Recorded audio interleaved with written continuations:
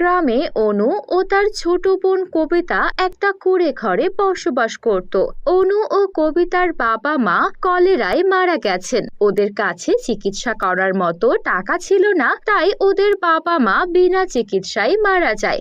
এখন দুই বোন সেই বাড়িতে একাই থাকতো।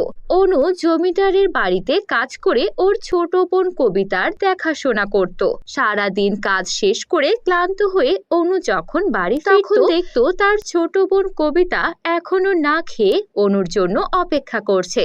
অনু বাইরে থেকে যেই খাবার নিয়ে আসতো সেটাই দুই বোন রান্না করে খেয়ে ঘুমিয়ে পড়তো। এভাবেই ওদের দিন চলছিল। একদিন অনু অনেক আহত অবস্থায় বাড়ি ফিরে। এ কি আপু, তোমার গায়ে এমন মারের দাগ কেন? তোমাকে এভাবে কে মারলো? আর বলিস না বোন, আজ জমিদার মশাইয়ের বাড়িতে ভুল করে আমার হাত থেকে একটা প্লেট ভেঙে পড়ে যায়, আর এই জন্য জমিদার বউ আমাকে এভাবে মেরেছে। আমরা যে ছোট, তাই তাদের আমাদের প্রতি এমন নির্বিচার আচরণ, এতটুকু দয়া করে না। আজ নিজের সন্তান হলে পারতো এভাবে মারতে? আপু, একদিন দেখবে আমরা অনেক ধনী হব, আমাদের সব কষ্ট দূর হয়ে যাবে। এই জমিদারের চেয়েও আমরা অনেক ধনী হয়ে যাব, অনেক। এভাবেই সময় কাটতে থাকে। অনু একদিন জমিদারের বাড়িতে কাজ করছিল। তখন জমিদার বউ বলে, এই অনু, যা আমার গরুর জন্য সবুজ ঘাস কেটে নিয়ে আয়, সন্ধ্যার আগেই নিয়ে আসবি, গরুকে আবার ঘাস খাওয়াতে হবে। এরপর অনু দক্ষিণের জঙ্গলের দিকে চলে যায় সবুজ তাজা তাজা ঘাস কেটে আনতে। ও যখন ঘাস কাটছিল তখনই একটা শব্দ শুনতে পায়, বাঁচাও বাঁচাও, আমি যে মারা যাচ্ছি। আরে, এই জঙ্গলের মধ্যে কে কথা বলছে? অনু একটু সামনে এগিয়ে গিয়ে দেখে একটা হাঁস কাদায় আটকে গেছে।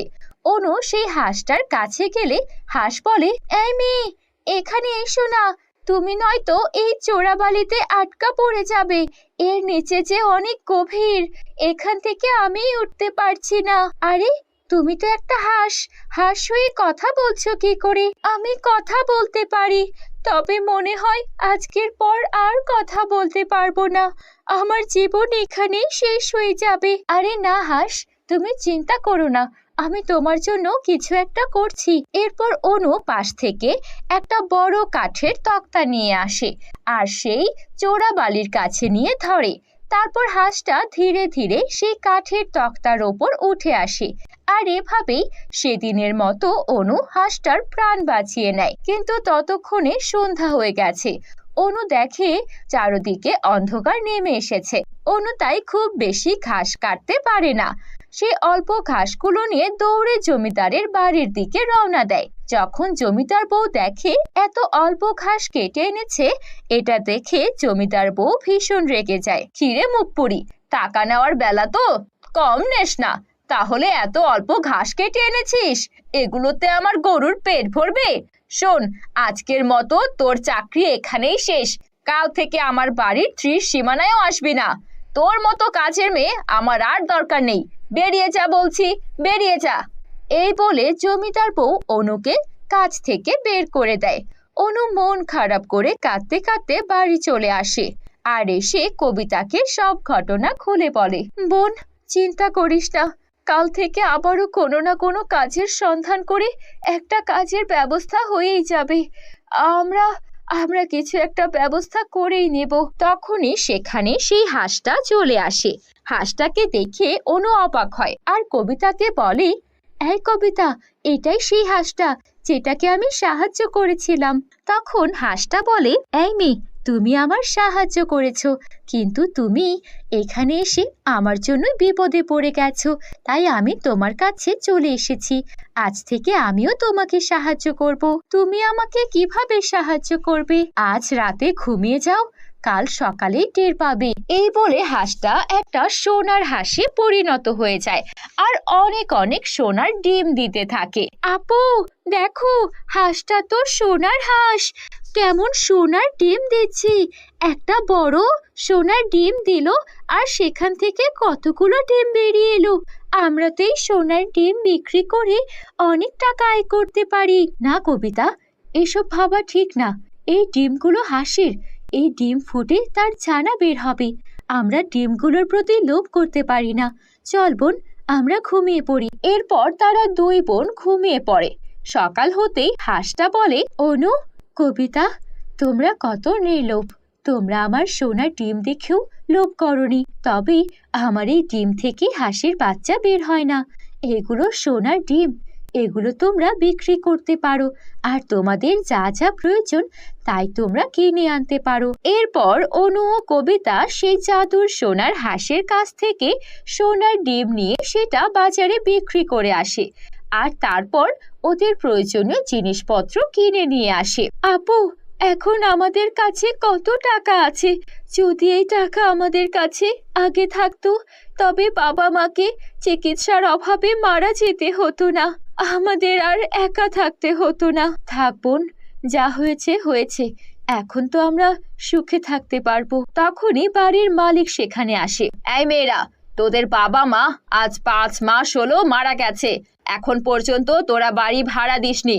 যদি আজকের মধ্যে টাকা না পাই, তবে তোদেরকে বাড়ি থেকে বের করে দেব, এই বলে দিচ্ছি। না না আন্টি, আমাদের আমাদের আরেকটা দিন সময় দিন, আমরা আগামীকালকে আপনার সব টাকা পরিশোধ করে দেব। ঠিক আছে, একদিন সময় দিচ্ছি। তখন সোনার হাঁস বলে, তোমরা চিন্তা করো না, আজ আমি সারা রাত ধরে অনেক অনেক সোনার ডিম দেব, আর সেগুলো বিক্রি করে তোমরা যে টাকা পাবে তা দিয়ে তোমাদের বাড়ি ভাড়ার খরচ মিটিয়ে নিও। সে তো বুঝলাম, কিন্তু এতগুলো সোনার ডিম কে কিনবে? তখনই সেখানে একটা লোক আসে আর বলে, এই মেয়েরা, আমি শুনলাম তোমরা নাকি সোনার ডিম বিক্রি করো, আমার অনেকগুলো সোনার ডিম লাগবে। কিন্তু এখন তো আমরা দিতে পারবো না, আপনি আগামীকাল টাকা নিয়ে আসবেন, আমরা আপনাকে 50টা সোনার ডিম দেব।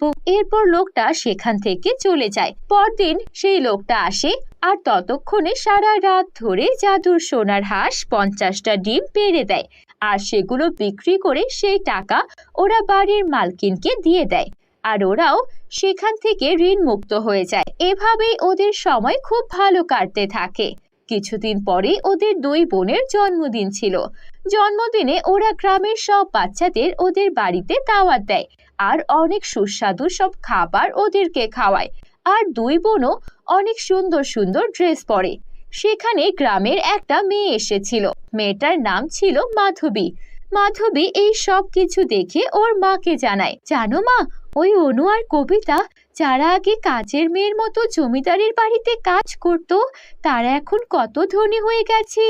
ওদের কাছে সুন্দর সুন্দর দামি দামি ড্রেস, আর ওদের কাছে অনেক অনেক সুস্বাদু খাবার ছিল, আমি মাত্র খেয়ে আসলাম। এটা শুনে মাধবীর মা ওদের বাড়িতে আসে, আর ওদেরকে জিজ্ঞেস করে, এই অনু, এই কবিতা, শুনলাম আমার মেয়ের মুখে তোরা নাকি অনেক ধনী হয়ে গেছিস, তা তোরা হঠাৎ এত ধনী কি করে হলি? আন্টি, আমাদের কাছে আগে থেকেই টাকা ছিল, হঠাৎ করে কেন ধনী হব?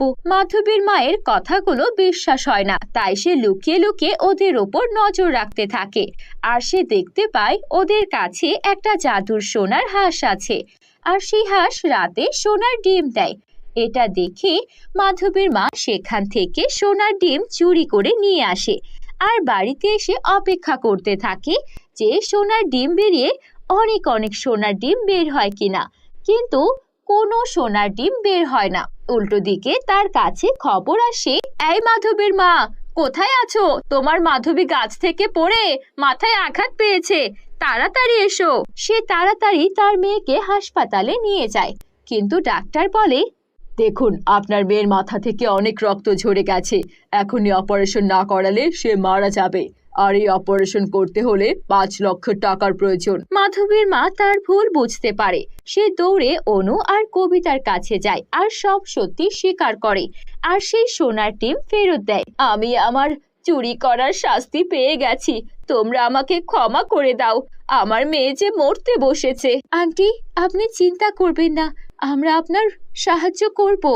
জাদুর সোনার হাঁস, আমাদের 5 লক্ষ টাকার মতো সোনার ডিম দাও, আমরা যে মাধবীকে সাহায্য করতে চাই। তারপর জাদুর সোনার হাঁস অনেকগুলো ডিম দেয়, আর সেগুলো বিক্রি করে 5 লক্ষ টাকা অনু মাধবীর মায়ের হাতে তুলে দেয়। এরপর মাধবীর চিকিৎসাও হয়ে যায়। মাধবীর মা তার ভুল বুঝতে পারে, আমার ভুল হয়েছে, তোমরা সত্যি অনেক ভালো মনের, তোমাদের এই ঋণ আমি শোধ করতে পারবো না।